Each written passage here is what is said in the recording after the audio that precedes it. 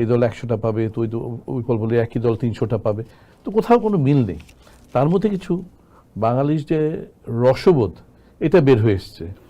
যেমন ওই ভোটের রাতে যখন একটা যে বিচ্ছিন্ন খবর আসা শুরু করলো যে জামাত বিভিন্ন কেন্দ্র দখল করছে, আধা ঘন্টার মধ্যে শুরু হয়ে গেল নাম লাইলাতুল ভোট 2.0, যেটা অনেকেই মনে করেছিল যে হয়তো ভোটার টার্ন আউট ওরকম হবে না, কিন্তু তারপরেও 60% হয়েছে, নিতান্ত কম না। কারণ এখানে আপনি দেখেন যে একটা দল তো নির্বাচনের বাইরে।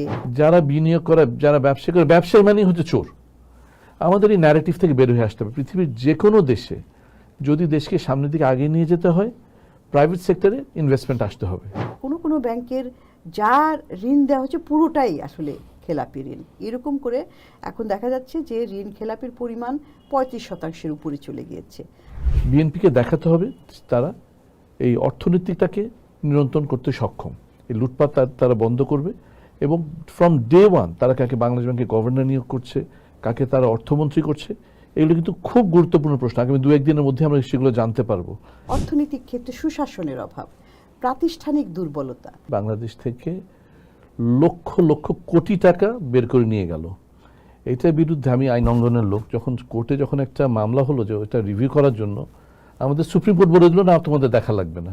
অর্থাৎ কি পর্যায়ে তাদের প্রোটেকশনটা ছিল। এই সরকারকে সুনিশ্চিত করতে হবে মানুষের হাতে যেন অর্থনীতি চাকা যেন ঘোরে, মানুষের হাতে যেন টাকাটা থাকে যেটা দিয়ে তারা বাজার করতে পারে। মানুষের অবস্থা কিন্তু খুব খারাপ।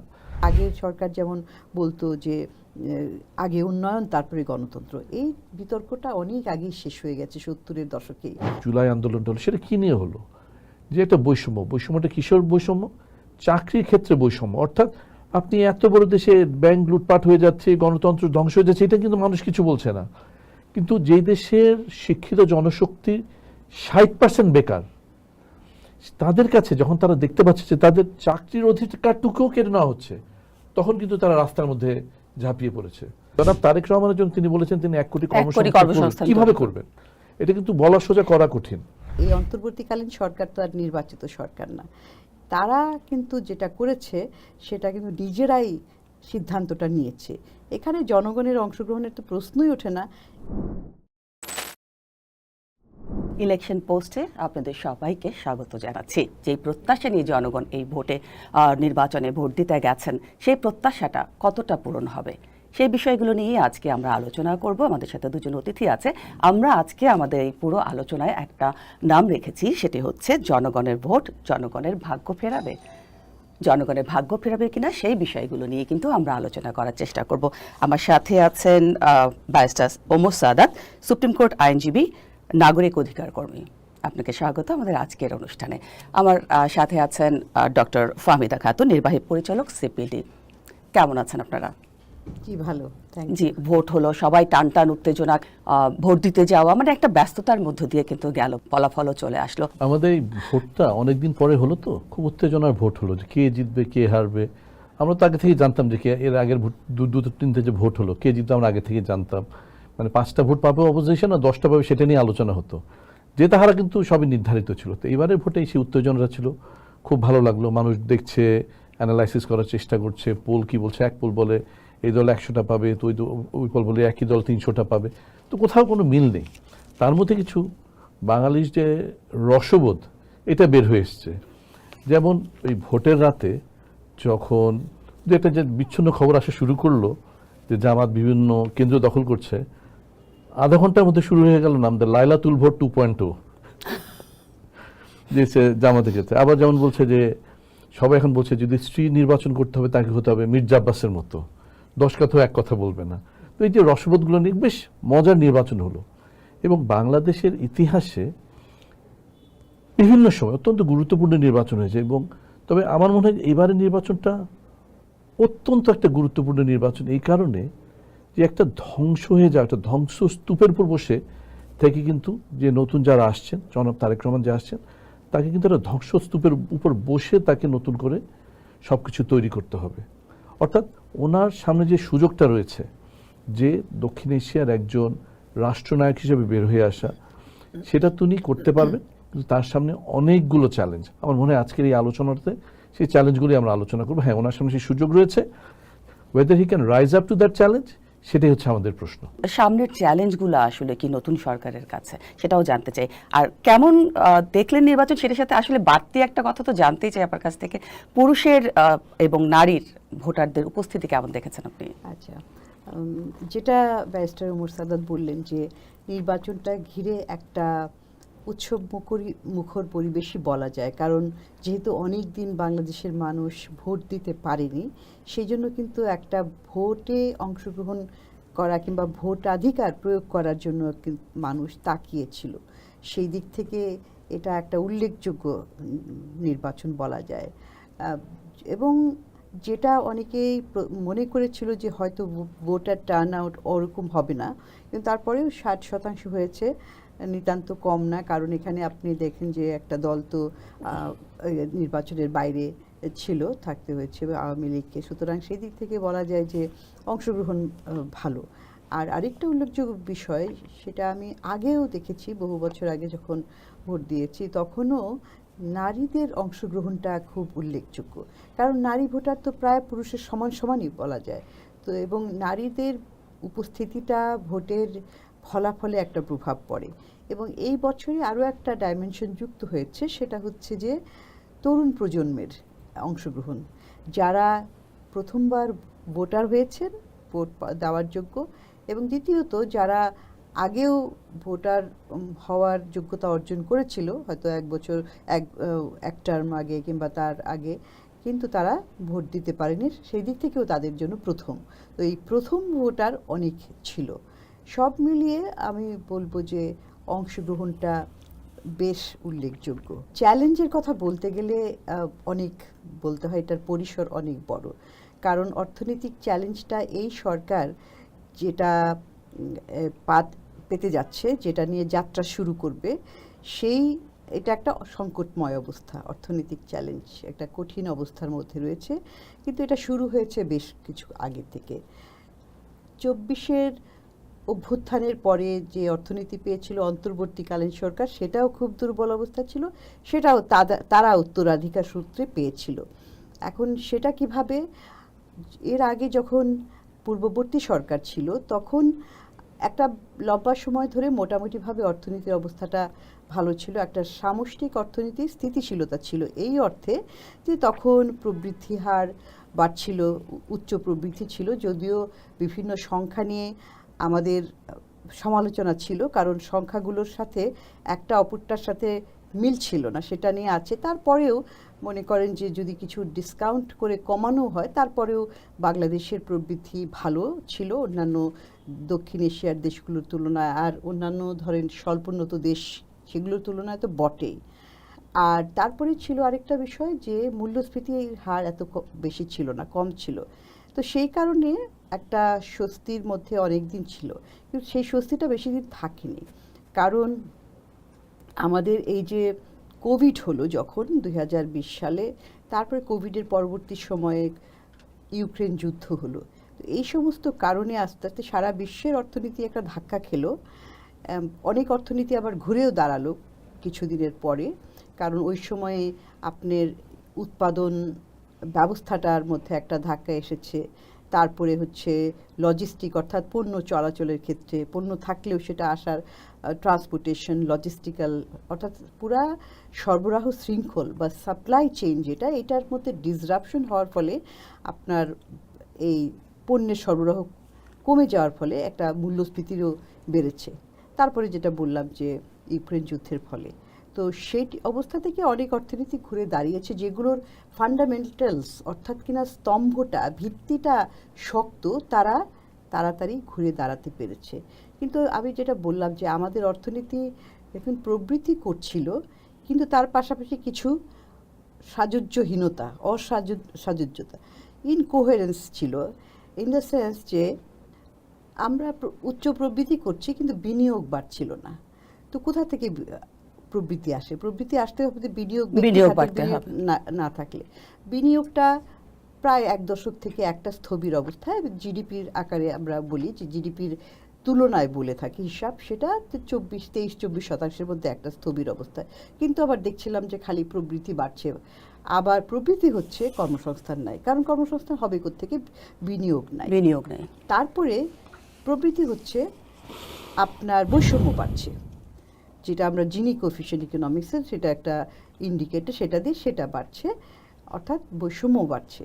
তার মানে হচ্ছে মানুষের হাতে, সবার হাতে একভাবে যাচ্ছে না, আয়টা, প্রবৃদ্ধি সুফলটা যাচ্ছে না।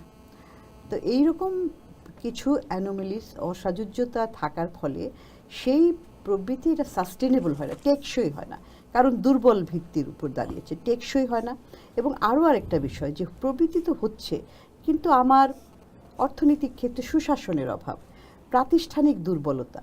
সুশাসনের অভাব কি দেখেন, ব্যাংকিং খাতের যে বিশৃঙ্খলা, এটা প্রমাণ যে আপনার এখানে বিরাট একটা ব্যাংক থেকে ঋণ খেলাপির পরিমাণ বাড়ছে, ঋণ খেলাপিদের সংখ্যা বাড়ছে, অর্থ পাচার হয়ে যাচ্ছে। তো এরকম একটা মানে বিভিন্ন জায়গায় জায়গায় একটা দুর্বলতাগুলি এটার ম্যানিফেস্টেশন হতে থাকলো। ব্যাংকিং ক্ষেত্রে যেটা বলা হয় যে অন্তর্বর্তীকালীন সরকারের ক্ষেত্রে কিছুটা তারা স্থিতিশীলতা ফিরিয়ে আনার চেষ্টা করেছে বা একটু গতিশীলতা, ওইটা যে বিভিন্ন জায়গায় যে অসামঞ্জস্যতাগুলি, দুর্বলতাগুলি বের হতে থাকলো, যে ওই প্রবৃদ্ধির গল্প যেটা আমরা শুনেছি সেটার কিন্তু ভিত্তিটা খুব দুর্বল অবস্থা, যার জন্য ওটা ক্র্যাক ডাউন করলো। এবং তারপরে ওই যে মূল্যস্ফীতি বাড়লো, যেটা তো সেটা তো উপরের দিকে চললো, গত 3 বছর থেকে কিন্তু বাড়ছেই। এক সময় যে আপনার ডাবল ডিজিট 10% উপরে, প্রায় 11-র কাছাকাছি চলে গিয়েছিল, সেইটা প্রবৃদ্ধিও কমতে শুরু করলো, কারণ আর কত বিনিয়োগ ছাড়াও তো প্রবৃদ্ধি, সেটাও কিন্তু। এবং সেটাই এই যে আপনার অন্তর্বর্তীকালীন সরকারের সময়ে হয়েছে, এই গত অর্থ বছরে যেটা 4%, কিন্তু তার আগের থেকেই আপনি 2022 সালের, তখন তো আগের সরকার ছিল, তখন থেকেই যদি দেখেন বিভিন্ন সূচক প্রবৃদ্ধি কমতে শুরু করেছে, বিনিয়োগও কমতে শুরু করেছে। তারপরে হচ্ছে আমাদের আরেকটা দুর্বলতা, কর আদায় নাই, কর জিডিপি অনুপাত খুব কম, সেটাও কিন্তু কমতেই থাকছে। গত 1.5 বছরে অন্তর্বর্তীকালীন সরকার কিছু রিফর্ম, কিছু সংস্কার হাতে নিয়েছে। সবগুলো না, এত সমস্যার মধ্যে সবগুলো নেওয়া সম্ভব না। কিছু কিছু ক্ষেত্রে, বিশেষ করে আমি বলবো যে ব্যাংকিং খাতে, ব্যাংকিং খাতে তারা মনোযোগ দিয়েছে, কিছু কিছু রিফর্ম শুরু করেছে। কিন্তু যার ফলে এর একটা অন্যতম বিষয় হচ্ছে যে আপনার আসল চেহারাটা কি, বলা হচ্ছে ঋণ খেলাপি 10%, মোট ঋণ বিতরণের 10, 11, 12 এরকম, কিন্তু আসলে তো অনেক আসল চেহারা তো তারা দিচ্ছিল না ব্যাংকগুলো। সেটার জন্য অ্যাসেট কোয়ালিটি রিভিউ যেটা করেছে, প্রথমে 6টা ব্যাংকের করলো, সেটার ফলে দেখা গেল যে এমন ব্যাংকগুলোর কোনো ব্যাংকের যা ঋণ দেওয়া হচ্ছে পুরোটাই আসলে খেলাপি ঋণ। এরকম করে এখন দেখা যাচ্ছে যে ঋণ খেলাপির পরিমাণ 35% উপরে চলে গিয়েছে। ওটা এখন এটা খারাপ হয়নি, আগের যে খারাপটা আসল অ্যাসেসমেন্ট করতে গিয়ে দেখা গেল। তো ওইরকম যেটা আমি ছোট করে আসছি, যে সেটা হচ্ছে যে ওইগুলো সমস্যাগুলি এখন রয়ে গেছে, সব সমস্যার সমাধান হয়নি, কিন্তু কিছু কিছু ক্ষেত্রে পতন সেটা রোধ করা গেছে। একটা অন্যতম বিষয় হচ্ছে যে বৈদেশিক মুদ্রা রিজার্ভ, সেখানে থেকে বাড়ছে, এটা একটা বিষয়। আর মূল্যস্ফীতি কমছে, যদিও খুব ধীর গতিতে, কিন্তু আপনার 10-11 থেকে এখন 8.5, 8.6-এর কাছে নেমে এসেছে এইগুলা। কিন্তু তারপরেও যে বিশাল একটা লিস্ট আমি বললাম আরো রয়েছে, আবার বিদেশি ঋণের একটা বড় অঙ্কের একটা বোঝাও কিন্তু দিয়ে যাচ্ছে। অ্যাবসলিউটলি, সেইগুলো কিন্তু এই সরকারকে এগুলোতে হাত দিতে হবে। একটু ব্যারিস্টার ওমর সাদেক, জি, চ্যালেঞ্জগুলো আপনি কি দেখছেন? আসলে আপা যে কথাগুলো বললেন, আপাতত সিপিডির এক্সিকিউটিভ ডিরেক্টর, অত্যন্ত গুরুত্বপূর্ণ পদে আপা আছেন। সব কথা তো উনি খোলামেলাভাবে বলতে পারেন না বা বলতে চাচ্ছেন না। গত সরকার বলতে বোঝাচ্ছি যে এই আওয়ামী সরকারের সময় প্রতিটা প্রতিষ্ঠান ধ্বংস হয়ে গেছে। এবং যদি ব্যাংকিং সেক্টরটা বলি, যে রাষ্ট্রীয়ভাবে লুটপাট হয়েছে। আপনি যদি দেখেন যে এসালমের মতো একটা কোম্পানি বাংলাদেশ থেকে লক্ষ লক্ষ কোটি টাকা বের করে নিয়ে গেল, এটার বিরুদ্ধে আমি আইন অঙ্গনের লোক, যখন কোর্টে যখন একটা মামলা হলো যে ওটা রিভিউ করার জন্য, আমাদের সুপ্রিম কোর্ট বলে দিল না, তোমাদের দেখা লাগবে না। অর্থাৎ কি পর্যায়ে তাদের প্রোটেকশনটা ছিল, যে হাইকোর্ট বলল যে এটা রিভিউ করে দেখা হোক তারা কিভাবে লোনটা লোন দেওয়া হয়েছে, সুপ্রিম কোর্ট বলল আমরা দেখব না এটা। অর্থাৎ সর্বতভাবে তাদের প্রোটেকশন দিয়ে রাষ্ট্রীয়ভাবে লুটপাটটা করা হয়েছে। অর্থাৎ সেখান থেকে যখন আমরা ফেরত আসব, তাহলে আমরা এই নতুন সরকারকে মাথায় রেখে এই কথাগুলো বলছি, তাহলে প্রথমেই তাদের সুনিশ্চিত করতে হবে যে এই সরকারের সময় যেন এটা না হয়। আমাদের এটা স্বীকার করতে হবে যে বাংলাদেশ আজকে যে অর্থনৈতিক পর্যায়ে যেটা পৌঁছে গিয়েছিল তার মধ্যে কিন্তু জনাব সাইফুর রহমান সাহেবের একটা বড় ভূমিকা ছিল। তৎকালীন বিএনপি সরকারের সময় 1991 থেকে 96 এবং 2001 থেকে 2006-এর মধ্যে যে যা বলুক না কেন শক্ত হাতে কিন্তু এই ইকোনমিকটাকে কন্ট্রোল করেছিলেন। বিএনপিকে দেখাতে হবে তারা এই অর্থনীতিটাকে নিয়ন্ত্রণ করতে সক্ষম, এই লুটপাট তারা বন্ধ করবে এবং ফ্রম ডে ওয়ান তারা কাকে বাংলাদেশ ব্যাংকে গভর্নর নিয়োগ করছে, কাকে তারা অর্থমন্ত্রী করছে, এগুলো কিন্তু খুব গুরুত্বপূর্ণ প্রশ্ন। আগামী 2-1 দিনের মধ্যে আমরা সেগুলো জানতে পারবো। তো সেখানে যদি তারা যথাযোগ্য ব্যক্তিত্ব না বসায় প্রথমে কিন্তু গন্ডগোলটা শুরু হয়ে যাবে। দ্বিতীয়ত যে জিনিসটা এসছে যে বিনিয়োগ কথা হয়নি, অর্থাৎ বাংলাদেশে আপনি যদি চারিদিকে তাকিয়ে দেখেন যারা বিনিয়োগ করে, যারা ব্যবসা করে, ব্যবসায়ী মানেই হচ্ছে চোর। আমাদের এই ন্যারেটিভ থেকে বের হয়ে আসতে হবে। পৃথিবীর যে কোনো দেশে যদি দেশকে সামনের দিকে আগিয়ে নিয়ে যেতে হয় প্রাইভেট সেক্টরে ইনভেস্টমেন্ট আসতে হবে। যদি প্রাইভেট সেক্টরে ইনভেস্টমেন্ট বা বিনিয়োগ না হয় তাহলে কিন্তু দেশ সামনের দিকে আগাবে না। আপনি যদি দেখেন এই যে আমাদের যে জুলাই আন্দোলনটা হলো সেটা কী নিয়ে হলো? যে একটা বৈষম্যটা কিশোর বৈষম্য, চাকরির ক্ষেত্রে বৈষম্য। অর্থাৎ আপনি এত বড় দেশে ব্যাংক লুটপাট হয়ে যাচ্ছে, গণতন্ত্র ধ্বংস হয়ে যাচ্ছে, এটা কিন্তু মানুষ কিছু বলছে না। কিন্তু যেই দেশের শিক্ষিত জনশক্তি 60% বেকার, তাদের কাছে যখন তারা দেখতে পাচ্ছে যে তাদের চাকরির অধিকারটুকুও কেড়ে নেওয়া হচ্ছে, তখন কিন্তু তারা রাস্তার মধ্যে ঝাঁপিয়ে পড়েছে। অথচ গত এই যে 1.5 বছরে যে সংস্কারগুলো করছে কোথাও কিন্তু আমরা এটা নিয়ে দেখি যে কীভাবে কর্মসংস্থান হবে। মানে আমাদের যে চার্টার হলো, এই কর্মসংস্থানের ব্যাপারে তো একটা দিক নির্দেশনা থাকা উচিত ছিল বলে আমি মনে করি, সেটা কিন্তু নাই। অর্থাৎ জনাব তারেক রহমানের জন্য তিনি বলেছেন তিনি 1 কোটি কর্মসংস্থান কিভাবে করবেন, এটা কিন্তু বলা সোজা করা কঠিন। মানে আমরা তো অনেকদিন ধরে যেটা বলছিলাম বিনিয়োগ আসছে না, শিল্প কারখানা, যেটা গ্যাসের অভাবে শিল্প কারখানাগুলো তৈরি হচ্ছে না, কর্মসংস্থানটা আসলে হবে কোত্থেকে? জি, তো এইখানে যে জিনিসটা হচ্ছে যে আমাদের এই সব কিছু মিলিয়ে আমাদের যে এই জিডিপি আমাদের বেড়ে যাচ্ছে কিন্তু অথচ ওই বিনিয়োগ হচ্ছে না। এখন আমরা আপাতত হিসেবে কথা বললেন, একজন অর্থনীতিবিদ হিসেবে বললেন, আমি একজন সাধারণ মানুষ হিসেবে বলি যে আমরা সাধারণ মানুষ কিন্তু জিডিপি বুঝে তার বাজারের ব্যাগে খাবারটা আসছে কিনা, সে ঠিকমতো বাজার করতে পারছে কিনা, এই সরকারকে সুনিশ্চিত করতে হবে মানুষের হাতে যেন অর্থনীতি চাকা যেন ঘোরে, মানুষের হাতে যেন টাকাটা থাকে যেটা দিয়ে তারা বাজার করতে পারে। মানুষের অবস্থা কিন্তু খুব খারাপ। আমরা যারা এই টেলিভিশনে শীতাতপ নিয়ন্ত্রণের মধ্যে আলোচনা করছি তারা হয়তো বুঝতে পারছি না যে মানুষের অবস্থা আজকে কতটা খারাপ। কত মানুষ ঢাকা ছেড়ে গ্রামের দিকে চলে গেছে, আবার কত মানুষ গ্রাম ছেড়ে ঢাকায় চলে এসে রিক্সা চালাতে। এই যে ইকোনমিক মাইগ্রেশনটা অনেক বেশি। অর্থাৎ তাহলে এবারের ভোটটা কি? এবারের ভোটটা কি কেবলমাত্র একটা রাজনৈতিক দলের পরিবর্তনের নির্বাচন, নাকি একটা আমার মনে হয় জনগণ চায় একটা শাসন ব্যবস্থার পরিবর্তন? কেবলমাত্র মানে আওয়ামী লীগ গিয়ে বিএনপি আসলো, আমার মনে হয় মানুষ এই পরিবর্তনটা চায় না। এর চেয়েও বেশি শাসন ব্যবস্থার পরিবর্তনটা চায়। কারণ চারিদিকে আস্থার সংকট, যতক্ষণ পর্যন্ত আস্থার পুনর্গঠনটা না করা হচ্ছে কেবলমাত্র এই নির্বাচন দিয়ে কিন্তু এই সমস্যার সমাধান হবে না। নতুন সরকারকে ফ্রম ডে ওয়ান আস্থার সংকটকে কাটিয়ে আস্থাকে পুনর্গঠন করতে হবে। এবং দ্বিতীয় যে প্রশ্নটা আসছে সেটা কীভাবে হবে, তার 2-3টা জিনিস খুব প্রয়োজন। প্রথম যে জিনিসটা প্রয়োজন সেটা হলো গণতন্ত্র। আমাদের গণতন্ত্রকে পুনর্গঠন করতে হবে। এখন দেশে গণতন্ত্র কিন্তু ছিল না। আপনাকে প্রফেসর ইউনূসের সরকারকে আপনাকে ধন্যবাদ দিতে হবে, তারা কিন্তু একটা সুষ্ঠু নির্বাচন দিয়েছেন।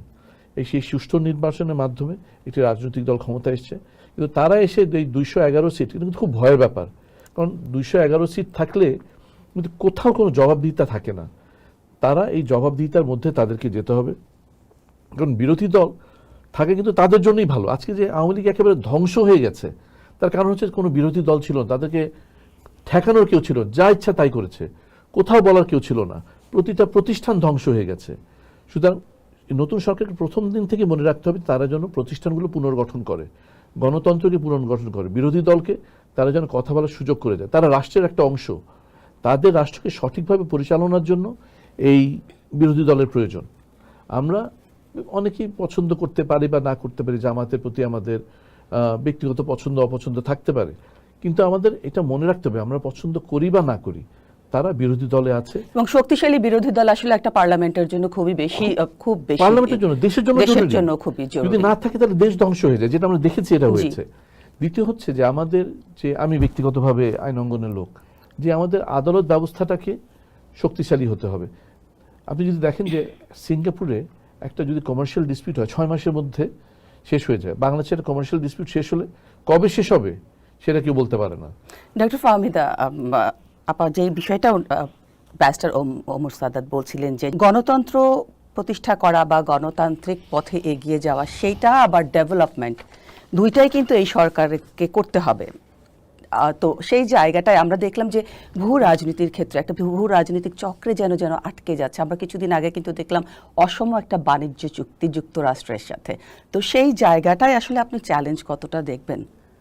আচ্ছা, এখানে আপনার প্রশ্নের দুটো দিক, একটা হচ্ছে যে গণতন্ত্র এবং উন্নয়ন। তো ব্যারিস্টার ওমর সাদাত খুব সুন্দর করে বলেছেন যে আমার যদি গণতান্ত্রিক চর্চাটা শক্তিশালী না হয় তাহলে কিন্তু অর্থনৈতিক ক্ষেত্রেও এটার ভুল সিদ্ধান্তগুলি আসতে থাকবে, এবং একটা দেশে যখন স্বৈরাচার গড়ে ওঠে তখন কিন্তু সেটা অবধারিতভাবে অর্থনৈতিক ক্ষেত্রে সংকট সৃষ্টি করবেই। কেন করবে? কারণ যে সিদ্ধান্তগুলি নেওয়া হয় সেখানে তো সেই সিদ্ধান্তটা ভালো কি মন্দ হলো, সেটা সাধারণ জনগণের উপর কেমন প্রভাব পড়বে, এইটা নিয়ে আলোচনা করার জন্য পার্লামেন্ট নাই, বিরোধী দল নাই, এবং এটাকে চ্যালেঞ্জ করার জন্য আর কেউ নাই। আর মানুষও বলতে পারে না, কারণ তার স্বাধীনতা নাই, তার বাক স্বাধীনতাও কেড়ে নেওয়া হয়। তো এই জন্য অর্থনৈতিক উন্নয়ন এবং গণতন্ত্র দুটা অঙ্গাঙ্গিভাবে জড়িত, এবং সেই জন্যই স্বৈরতন্ত্র যখন আসে যে কোনো দেশে তখন কিন্তু এই প্রতিষ্ঠানগুলি একদিকে গণতান্ত্রিক প্রতিষ্ঠান, অন্যদিকে অর্থনৈতিক প্রতিষ্ঠানগুলো, এই যে যেমন মনে করেন কোন কোন জায়গায় কেন্দ্রীয় ব্যাংক ব্যাংকিং খাতের জন্য, কিংবা আপনার জাতীয় রাজস্ব বোর্ড জিডিপি কর আদায় করার জন্য, রাজস্ব আহরণের জন্য, সেখানে কিন্তু একচ্ছত্রভাবে আপনি দেখবেন যে কারা কর খেলাপি হচ্ছে, কর ফাঁকি দিচ্ছে যারা প্রভাবশালী, কারণ সেখানে তারা ইচ্ছে মতো করে তাদের প্রভাবটা খাটাতে পারে। সেখানে একটা বিরোধী দল কিংবা জনগণের প্রতিনিধি এটাকে চ্যালেঞ্জ করার জন্য থাকে না। তো এই কারণে কিন্তু ওই সমস্ত দেশগুলো আপনার দুর্বল থেকে দুর্বলতর হয়ে যাচ্ছিল। হ্যাঁ, কিছু কিছু দেশ, আমাদের আগের সরকার যেমন বলতো যে আগে উন্নয়ন তারপরে গণতন্ত্র, এই বিতর্কটা অনেক আগেই শেষ হয়ে গেছে 70-এর দশকেই, এবং এটার সাথে একটার সাথে আরেকটার কোনো দ্বন্দ্ব নাই। আপনার একদিকে গণতান্ত্রিক চর্চা থাকবে, গণতন্ত্র শক্তিশালী হবে, অন্যদিকে আবার উন্নয়ন কার্যক্রমও দুটোই প্যারালালি চলতে থাকবে, এবং যেটা কিনা গণতান্ত্রিক দেশ। আবার মনে করেন যে যে সমস্ত দেশ সেটা নাই, ওই প্র্যাকটিসটা চীনের মতো দেশ, সেটা একদলীয় শাসন ব্যবস্থা, সেটার কথা আলাদা। কিন্তু আমরা তো একটা গণতান্ত্রিক দেশ, আমাদের এখানে বহুদলীয় শাসন ব্যবস্থা এরকম থাকে, সেটার জন্য কিন্তু গণতান্ত্রিক চর্চাটা খুব গুরুত্বপূর্ণ। আর দ্বিতীয় আরেকটা বললেন যে ওই যে ধরেন চুক্তির কথা বললেন, সেইটাও কিন্তু সেটার জন্যও কিন্তু বহুদলীয় গণতান্ত্রিক ব্যবস্থাটা খুব গুরুত্বপূর্ণ, এবং সেটার জন্য নির্বাচিত সরকার খুব গুরুত্বপূর্ণ। এখন যেটা হয়েছে, এই অন্তর্বর্তীকালীন সরকার তো আর নির্বাচিত সরকার না, তারা কিন্তু যেটা করেছে সেটা কিন্তু নিজেরাই সিদ্ধান্তটা নিয়েছে। এখানে জনগণের অংশগ্রহণের তো প্রশ্নই ওঠে না, এবং উপরন্তু যে সমস্ত রাজনৈতিক দলগুলো আছে তাদের সাথেও কিন্তু আলোচনা করা হয়নি। তো যে কোনো চুক্তি, বড় চুক্তি হলে অবশ্যই এটা জাতীয় স্বার্থে হচ্ছে কিনা, এটা মানুষের জন্যই হচ্ছে কিনা, সেটার জন্য মানুষের প্রতিনিধিদের সাথে আলাপ করতে হবে। তো তারপরে হচ্ছে যে এটার ভিতরে কি আছে না আছে, সেই সুযোগ তো এটা ছিল না। সুতরাং এই অন্তর্বর্তীকালীন সরকার এটা একটা পরবর্তী এই বিএনপি সরকার যখন গঠন করবে তাদের উপরে রেখে গেল, এবং তাদেরকেও এখন বিরাট একটা দায়িত্বের মধ্যে ফেলে গেল, কারণ এই চুক্তির দিকগুলো পুঙ্খানুপুঙ্খভাবে বিবেচনা করতে হবে, এবং চুক্তিটার যে বের হয়েছে ডিটেলসটা, সেখানে তো আমরা দেখেছি যে কি ধরনের শর্ত কে কি করছে, সেখানে অনেক ধরনের অসম শর্তগুলো রয়েছে, যেখান থেকে বাংলাদেশের আসলে সমস্যা, মানে বাংলাদেশের উপকার হওয়ার সম্ভাবনা কম, কারণ এটা একটা উইন উইন চুক্তি তো হয়নি। হ্যাঁ, আমাদের রেসিপ্রোকাল ট্যারিফ আগে 20% দিয়েছিল, সেটা থেকে 19-এ নামিয়েছে, 1% আপনি বলতে পারেন যে এই প্রতিযোগিতায় ফিয়ার্সলি কম্পিটিটিভ ওয়ার্ল্ডে 1% কম না। এবং তারপর আরেকটা বিষয় আছে যে কিন্তু যেই শর্তগুলো ওরা দিয়েছে সেখানে আসলে এই 1% কমের হ্যাঁ সেটাই উল্লেখযোগ্য কিনা? শর্ত মানে হচ্ছে যে যেমন আমরা নিজেরাই প্রতিশ্রুতি দেখেন এখানে আমি যে কোনো দেশই তারা তো চাইবে তাদের স্বার্থটা রক্ষা করতে, কিন্তু আমি তাদেরকে দোষ না দিয়ে আমাদের নিজেদের উপর আমরা কেন আমাদের নিজেদের কি ধরনের আমরা ক্যাপাবিলিটি আছে, কি ধরনের প্রভাব পড়তে পারে, এটা তো দায়িত্বটা আমাদের। যে আমি এখন বোয়িং কিনবো, আমি এখন সামরিক সরঞ্জামগুলো এইগুলো কিনবো, এই বিপুল পরিমাণ টাকা আমি কোথা থেকে জোগাড় করব এগুলা, এবং এখান থেকে আসলেই আমার প্রয়োজন আছে কিনা, তো এগুলো দেখার দায়িত্ব তো আমাদের।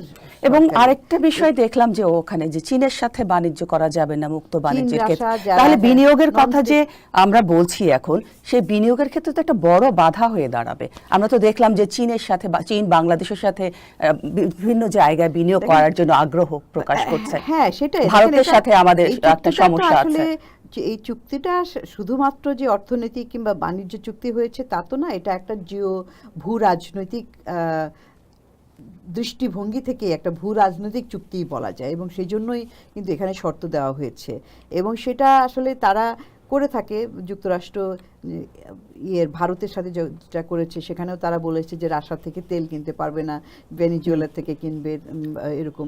তো সেগুলি দেওয়া থাকে, কিন্তু অনেক দেশের জন্য সেগুলো তারা বিবেচনা করে যে তারা কতখানি পারবে কি পারবে না। আমাদেরগুলো সেই বিবেচনাটা কে করলো সেটাই, কারণ মানুষ তো এটা এই দৃশ্যে ছিল না, মানুষ তো অন্ধকারে ছিল। এটা চুক্তি সব কিছু একদম কমপ্লিট হওয়ার পরে তারপরে এটা প্রকাশ্যে এসেছে, ওইখানেই সমস্যাটা। আপনি যেটাই করছেন কেন করছেন, কোন লজিকে, এবং এটা মানুষের কিভাবে উপকারে লাগবে সেটাই।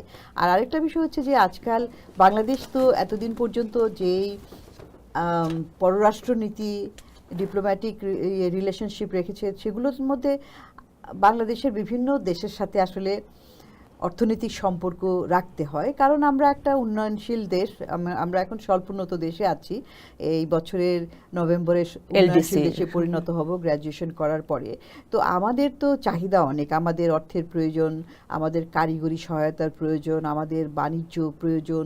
তো সেটার জন্য যত আমরা ডাইভার্সিফাই করব, একটা বিশেষ ধরেন কোনো দেশ কিংবা বিশেষ কয়েকটা দেশ ক্ষুদ্র গণ্ডির মধ্যে না থেকে আমরা যদি ডাইভার্সিফাই করি, সেটাই আমাদের জন্য আসলে একটা রক্ষা কবচ।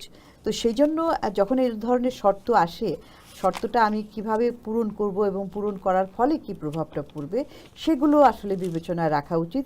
সেটা শুধুমাত্র এখন দেখলাম যে অন্তর্বর্তীকালীন সরকারের কয়েকজন মিলে এটাকে করেছে মানুষকে না জানিয়ে, সেটা কিন্তু আসলে এটা খুব একটা স্বচ্ছতার জায়গাটা থেকে আসলে একদম অস্বচ্ছ প্রক্রিয়া হয়েছে, এবং এটার দায়ভারটা এখন যে পড়বে আগামী সরকারের উপরে। তার মানে বড় একটা দায় তাদের কাছে পড়ছে। ব্যারিস্টার ওমর সাদাত, জি, এখানে আমরা বাংলাদেশের যে ভূ রাজনৈতিক অবস্থাটা আছে, আমরা একটা গরিব দেশ কিন্তু খুব স্ট্র্যাটেজিক্যালি পজিশনড একটা দেশ। সেখানে আমাদের কিন্তু একটা ভূ রাজনৈতিক নিরপেক্ষতাটা রাখাটা খুব জরুরি। মানে আমি গত সরকারের আগে সরকারের সময় দেখলাম যে তীব্র পাকিস্তান বিরোধিতা, ইউনূস সরকারের সময় দেখলাম তীব্র ভারত বিরোধিতা। আমাদের একটা মাঝামাঝি জায়গায় আসতে হবে। আমরা নিরপেক্ষতার জায়গা থেকে আমাদের সুবিধাকে মাথায় রেখে আমাদের এই জায়গাটা ঠিক করতে হবে। আমরা যদি পুরো জায়গাটার মধ্যেই যদি একটা স্থিতিশীলতা রাখতে না পারি আমাদের ফরেন পলিসিতে, আপনি দেখবেন যে কটা দেশ গত 50 বছরে বড় হয়েছে, তারা কিন্তু ফরেন পলিসি তাদের স্থিতিশীল ছিল। আমি আজকে তারপরে ওদিক করে কিন্তু আপনি সামনের দিকে বেশি দূর আগাতে পারবেন না, কারণ আপনি কারোরই তখন ট্রাস্টেড পার্টনার হবেন না। সবাই মনে করবে যে সুবিধা মতো ডানে বামে ঘুরে। সুতরাং আমাদের জন্য নিরপেক্ষতা খুব জরুরি, এবং অন্য কোনো দেশের নির্ভরতাটা না করে আমাদের সামনে দিকে আগাতে হবে। আমাদের এই নির্ভরতাটার জায়গাটাকে আমার মনে হচ্ছে এবার একটু বেশি হয়ে গেল কিনা, সেটা আমাদের প্রশ্ন করতে হবে, এবং নতুন সরকারকে সেই ব্যাপারটাকে অত্যন্ত গুরুত্বের সঙ্গে সাবধানতার সঙ্গে বিবেচনা করে সামনের দিকে আগাতে হবে। আমাদের সামনে যে জিনিসগুলো আসছে, ধরেন এই বিষয়গুলো করবে কি? এটা হচ্ছে প্রশাসন। আমাদের দেশে প্রত্যেকটা জায়গাতে আপনি পলিটিসাইজেশন হয়ে গেছে। এই যে ধরেন আমাদের আদালত অঙ্গনই বলেন না, পুরোপুরি পলিটিসাইজড। সবচেয়ে দুঃখজনক বিষয় হলো ডাক্তাররা, এই সরকার আসলে এই ডাক্তারগুলো সাচিপের ডাক্তার প্রমোশন পায়, আর এই সরকার আসলে ডায়াবেটিক ডক্টররা প্রমোশন পায়। মানে প্রত্যেকটা সেক্টরেই আসলে প্রত্যেকটা sector, এটা আমাদের কালচার হয়ে প্রশাসনের মধ্যে দাঁড়িয়েছে। চলে গেছে, মিলিটারির মধ্যে চলে গেছে, প্রফেশনালিজম সব জায়গায় ধ্বংস হয়ে গেছে। অর্থাৎ আপনার তো মানে সরকার তো চালায় হচ্ছে রাজনীতিবিদ, কিন্তু দেশ তো চালায় প্রশাসন। এই প্রশাসনের যদি আপনি পরিবর্তন না করেন, এই আমলাতান্ত্রিক যে আমাদের আমরা যেটা বলি যে জটিলতা বলেন বা এই আমলারাই তো দেশটা চালায়। অর্থাৎ এই আমলাদের মধ্যে থেকে যদি আমরা এই পরিবর্তনটা নিয়ে আসতে না পারি, আমরা এই ডিপলিটিসাইজেশন করতে না পারি, তাহলে কিন্তু নতুন সরকার খুব বেশি সামনের দিকে আগাতে পারবে না। আর এই একইভাবে ধরেন আমাদের ব্যাংকিং খাতের মধ্যে কি একটা বিশাল দুর্নীতি হয়ে গেল। এই ব্যাংকিং খাতে আমাদের একটা পরিবর্তন নিয়ে আসতে হবে নতুন সরকারের জন্য। এই যে সিন্ডিকেট বাণিজ্য, মানে আমরা সব জায়গায় দেখেছি যে প্রতিটা সরকারি ব্যবসা বাণিজ্যের মধ্যে সিন্ডিকেট ঢুকে আছে। পুরো জিনিসটা ডিজিটালাইজেশন করতে হবে, এই সিন্ডিকেট বাদ দিতে হবে। এটা কিন্তু সরকারের পক্ষে করা খুব সহজ, এবং যদি শুধু এই সিন্ডিকেটটা বাদ দিতে পারে, অর্থনীতিবিদরা বলছেন যে আমাদের দেশে জিডিপি এক ধাপে 2% বেড়ে যাবে যদি এই সিন্ডিকেটটা বাদ দেওয়া যায়, যদি মধ্যস্বত্ব ভোগীদেরকে বের করে দেওয়া যায়। অর্থাৎ মানে আমাদের জন্য, আমরা যারা এখানে বসে কথা বলছি, আমাদের জন্য বলা সহজ, তাদের জন্য করা অনেক কঠিন। কিন্তু এটা কিন্তু আমাদের করতে হবে, কারণ এই শাসন ব্যবস্থার পরিবর্তন আনতে গেলে এই জিনিসগুলো যদি আমরা করতে না পারি, আমরা সামনের দিকে আগাতে পারবো না। ব্যারিস্টার ওমর সাদাত, আরেকটা বিষয় যে বিএনপি যে ইশতিহার ঘোষণা করলো, সেই ইশতিহারের মধ্যে কোন কোন বিষয়গুলো আসলে বিএনপির জন্যই বড় চ্যালেঞ্জ? এই যে ফ্যামিলি কার্ডের কথা যে আমরা ওনার বলেছেন, দেখুন অর্থনীতির উন্নতি হয় কিন্তু নীতি দিয়ে। You have a stable economic policy. প্রণোদনা দিয়ে কিন্তু অর্থনৈতিক উন্নতি হয় না। কিন্তু ওনারা ফ্যামিলি কার্ডে বলেছেন, এবং আমরা যারা মাঠ পর্যায়ে যারা দেখেছি, এই ফ্যামিলি কার্ডটা কিন্তু অত্যন্ত জনপ্রিয় হয়েছে মানুষের মধ্যে। কিন্তু এই টাকাটা কোথা থেকে আসবে, এই ইশতেহারের প্রশ্নগুলো আছে। আমি নগর নিয়ে কাজ করি, নগরের মধ্যে ওনারা বলেছেন যে ওনারা এই বস্তিগুলোতে সরকারি বাসভবন করে দেবেন গরিব মানুষের জন্য, তারা মনোরেল করবেন, তারা খাল খনন করবেন। এগুলো তো টাকা পয়সার ব্যাপার। এই টাকাগুলো কোথা থেকে আসবে? গত বছরে আমাদের যে রাষ্ট্রদের ঋণ করেছে সেটা অতীতের সকল বছরগুলোর চেয়ে বেশি। তাহলে আমাদের তো এখন করার আয় কম, আমাদের কি তাহলে সামনে কি আমাদের আরও রাষ্ট্রের ঋণ কি আরও বেড়ে যাবে? তারা কিভাবে এই জিনিসগুলোকে ফাইন্যান্স করবেন সেগুলো নিয়ে আলোচনা করতে হবে। আমাদের নগর নিয়ে, আমরা যেহেতু আমি নগর নিয়ে কাজ করি, ওনারা নগর নিয়ে বলেছেন যে ধরেন এই ফুটপাথগুলো ওনারা পরিষ্কার করে দেবেন। ওনারা বলেছেন যে আমাদের যে যানজট নিয়ে ওনারা কাজ করবেন। এই যানজট কিন্তু বাংলাদেশের সবচেয়ে বড় সমস্যা। প্রতি সপ্তাহে কর্মঘণ্টা আমার প্রত্যেকটা মানুষের প্রায় 8 ঘন্টা কর্মঘণ্টা নষ্ট হচ্ছে। তাহলে এটা যদি আপনি যদি কর্মশক্তিতে পরিণত করতে পারতেন, আপনি কতগুলো টাকা পেতেন। এই ছোট ছোট সমস্যা, কিন্তু ইশতেহারের মধ্যে কিন্তু অনেক কথা বলা আছে। এই প্রত্যেকটা কথা যদি ওনাদেরকে কাজে পরিণত করতে হয়, ওনাদেরকে আমার মতে 3 ভাগে ভাগ করে নিতে হবে, যে আমার short term, mid term, long term. আগামী 100 দিনের মধ্যে আমরা কি করব, 3 বছরের মধ্যে কি করব, এবং 5 বছরের মধ্যে কি করব। শুধু সেটাই না, ওনাদেরকে একটা ইকোনমিক পলিসি দিয়ে যেতে হবে। যেমন আমাদের বাংলাদেশে কিন্তু কোনো ইনভেস্টমেন্ট পলিসি নেই। আমরা যে বিদেশ থেকে যারা ইনভেস্টমেন্ট করবে, তারা কিন্তু জানতে চায় যে আমাদের দেশে একটা স্টেবল আগামী 25 বছরের জন্য একটা ইনভেস্টমেন্ট পলিসি আছে কিনা। আমাদের দেশে কোনো ইনভেস্টমেন্ট পলিসি নাই, যে কারণে বাংলাদেশে কোনো ধরনের বিনিয়োগ হয় নাই। বাংলাদেশের যে বিনিয়োগ হয়েছে বাংলাদেশের ইতিহাসে সবচাইতে কম, আমি যদি ভুল না বলে থাকি, গত 5 বছর বাংলাদেশের সবচাইতে কম বিনিয়োগ হয়েছে। বিদেশি বিনিয়োগ আসেই নেই, এবং যারা দেশের ভিতর থেকে যে বিনিয়োগগুলো করার জন্য উৎসাহিত করা হচ্ছে, সেগুলো করা হচ্ছে না। অর্থাৎ আমাদের জিডিপির যে অংশগুলো যতটুকু বিনিয়োগ হওয়ার কথা ততটুকু হচ্ছে না। কিন্তু আপনার যদি কর্মসংস্থান বাড়াতে হয়, বিনিয়োগ ছাড়া তো কোনো উপায় নেই। আমি কি ঠিক বললাম আপনার? তো এই পয়েন্টগুলো আমাদের ইশতেহারকে সামনে রেখে আমাদের কাজগুলো করে যেতে হবে। চ্যালেঞ্জ অনেক বড়। এখানে ফ্রম ডে 1 জিরো টলারেন্সে চলে যেতে হবে। জিরো টলারেন্সে না চলে গেলে কিন্তু আমাদের সকলকে নতুন সরকারের সঙ্গে সমস্যায় পড়তে হবে। এখানে কোনো টলারেন্সের কোনো সুযোগ নাই, কোনো চাঁদাবাজি চলতে পারবে না, কোনো দুর্নীতি চলতে পারবে না। এটা কিন্তু বিএনপির ইশতেহারের অন্যতম মূল ভিত্তি। এবং শেষে কিন্তু তারা বারবার এই জিনিসটা বলেছেন যে আইন শৃঙ্খলা রক্ষার ক্ষেত্রে তারা সর্বোচ্চ গুরুত্ব দিবেন। আর ডক্টর ফাহমিদা আপা, একটু যে আমরা ধর্মীয় উগ্রবাদের বিষয়টা কিন্তু এবার খুব সামনে এসেছে, এইটা কতটা চ্যালেঞ্জ হবে? অবশ্যই একটা চ্যালেঞ্জ। কারণ কি দেখেন, এটাতে তো কোনো সন্দেহ নাই যে বাংলাদেশের যে 90-92% একটা মুসলিম প্রধান দেশ, এবং বাংলাদেশের সবাই কিন্তু আমরা সবাই ধর্মপ্রাণ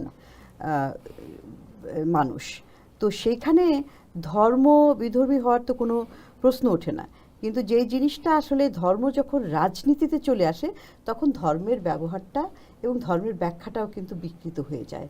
তখনই এই যে বিভিন্ন ধরনের এই নির্বাচনের আগে আমরা দেখলাম বিভিন্ন ধরনের অপব্যাখ্যা দেওয়া হয়েছে যেগুলো কিন্তু ধর্মগ্রন্থের মধ্যে নাই।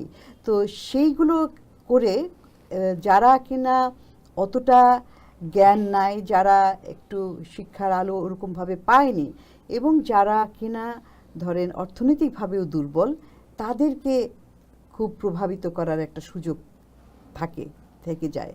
এবং সেটা আমরা নির্বাচনে আগেও দেখেছি, এবং এইবার তো বেশি করে আরও হয়েছে। কারণ একটা আমি বলবো যে যেহেতু এইবার আরেকটা দল, যেটা কিনা বাংলাদেশে তো বিএনপি আওয়ামী লীগ এইভাবেই রাজনীতি চলে এসেছে, দুটোই আমরা মনে করতে চাই যে দুটোই উদার গণতান্ত্রিক ব্যবস্থার পক্ষে তারা, কিন্তু এখন অন্য আরেকটি রাজনৈতিক দলের অনুপস্থিতিতে এই ভ্যাকুয়ামটা ক্রিয়েট করে ফেলেছে যে এই যে ধর্ম ভিত্তিক রাজনীতি করতে যেয়ে ধর্মের অপব্যাখ্যা করে মানুষকে আসলে পথভ্রষ্ট, ইন দ্য সেন্স যে এইখানে ভোট দিলে তুমি বেহেশতে যাবা, নারীরা এই করতে পারবে না, নারীদের এই বাধা নিষেধ আছে, এই সমস্ত নানান ধরনের যে কথাবার্তাগুলি হয়েছে সেটা তো আমাদের সমাজ অর্থনীতির অগ্রগতির জন্য এটা না, মানে এটার সাথে যায় না। তো এই ব্যবস্থার জন্য আসলে মানুষের মধ্যে শিক্ষা এবং সত্যিকারের ধর্মীয় বিষয়গুলি তাদেরকে ধর্মীয় জ্ঞানে শিক্ষিত করার প্রয়োজন রয়েছে। আমাদের এখানে উগ্র ধর্মবাদের নামে যে আমরা যে মব কালচারটা দেখলাম গত 1 বছরে, যদি একটা জিনিস বাংলাদেশের ভবিষ্যতে টিকে থাকা নিয়ে একটা শঙ্কা সৃষ্টি করে, আমার দৃষ্টিতে এই মববাজি, এই উগ্র ধর্মবাদটা আমার দৃষ্টিতে তো কখন তৈরি হয়? এটা তখনই তৈরি হয় যখন আপনি ধর্মকে চাপিয়ে রাখতে চান। এই গত 17-18 বছরে কিন্তু সেটা হয়েছে। আপনি একই জিনিস আপনি ইজিপ্টে হয়েছে, যেখানেই ধর্মকে দাবিয়ে রাখা হয়েছে সেখানেই কিন্তু এই উগ্র ধর্মান্ধতার সৃষ্টি হয়েছে। It is reverse action. বর্তমান সরকারের সামনে যে দায়িত্ব আছে, প্রথম কথা হলো কোনোভাবেই এই উগ্র মব যেন সামনের দিকে আসতে না পারে, এটাকে শক্ত হাতে দমন করতে হবে। কিন্তু একই সাথে এমন কিছু করা যাবে না যেটা রিপ্রেশনের পর্যায়ে পড়ে, কারণ সেটাতে তার আরও বেশি শক্ত হবে। এবার হয়তো হচ্ছে না, 5 বছর পরে হয়তো তার আরও শক্ত হয়ে ফেরত আসবে। এটাকে অত্যন্ত ডেলিকেটভাবে ম্যানেজ করতে হবে। আমাদের দেশ আজকে যে পর্যায়ে এসছে, আমাদের গত 54 বছর একটা উদার রাজনৈতিক মধ্যপন্থার দেশ হিসেবে কিন্তু আমাদের দেশটা সামনের দিকে এগিয়ে যাচ্ছে, এবং সেই অগ্রযাত্রায় আমরা যেন পিছিয়ে পড়ে না যাই, সেটা আমাদের আসলে আমরা যেন আফগানিস্তান না হয়ে যাই, সেটা কিন্তু আমাদেরকে মাথায় রাখতে হবে। কিন্তু নিশ্চিত করতে হবে। আপনি যদি ইরানের রেভলিউশনটা দেখেন, ইরানের রেভলিউশনটা করলো চালিশ শরীয়তি, একটা লেফট উইং রাজনীতিবিদের নেতৃত্বে ইরানের রেভলিউশনটা হলো, রাজতন্ত্রকে সরিয়ে দেওয়া হলো।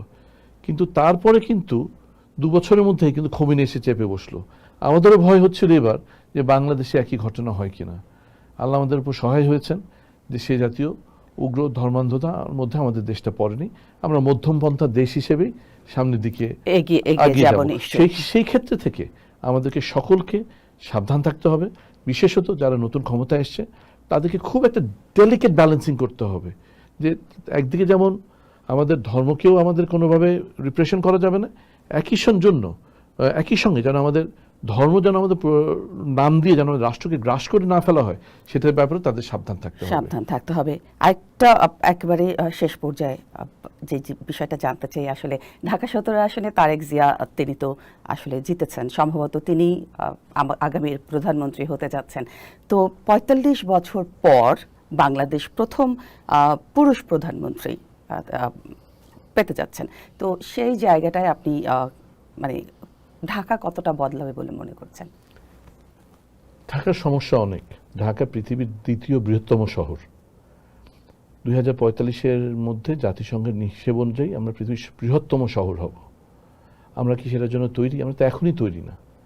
আমাদের শহরে 80 কিলোমিটার জায়গার মধ্যে এত ভীষণ, এত বিশাল জনগোষ্ঠী বাস করছে। আমরা কি শহরটাকে বিকেন্দ্রীকরণ যদি আমরা না করি তাহলে কিন্তু হবে না। এই সচিবালয়ের 10 কিলোমিটারের মধ্যে যত সেবা প্রদানকারী সংস্থা বাংলাদেশ সরকার সবই 10 কিলোমিটারের মধ্যে, এখানে বিকেন্দ্রীকরণ করতে হবে। ঢাকা শহরের বায়ু পৃথিবীর মধ্যে সবচেয়ে দূষিত, ঢাকা শহরের পানি পৃথিবীর মধ্যে সবচেয়ে দূষিত, এবং এখান থেকে যদি আমাদের বের হয়ে আসতে হয় তাহলে কিন্তু আমাদের অবিলম্বে ব্যবস্থা নিতে হবে। আমাদের ঢাকা শহরে আমি যদি আজকে ঢাকা শহরে থাকি আর আমি যদি আজকে যুক্তরাষ্ট্রে থাকি তাহলে আমি 7 বছর কম বাঁচবো যদি আমি ঢাকা শহরে থাকি, কারণ এখানকার বাতাস এত দূষিত। সুতরাং বাতাসের দূষণ কমাতে হবে। আমাদের পানির স্তর প্রতিদিন নেমে যাচ্ছে। একটা শহর কখন ধ্বংস হয়ে যায়? যখন পানি থাকে না। আমাদের কিন্তু পানির অবস্থা খুব খারাপ, কেবলমাত্র ভূগর্ভস্থ পানির কিন্তু নাই, কিন্তু অনেক নিচে নেমে গেছে। আমরা কিন্তু পুরো ঢাকা শহর চলছে এখন মেঘনা নদীর পানি দিয়ে। ঢাকার আশেপাশে যত আমাদের নদী আছে, খাল আছে, বিল আছে, সব কিছু কিন্তু আমরা নষ্ট করে ফেলেছি।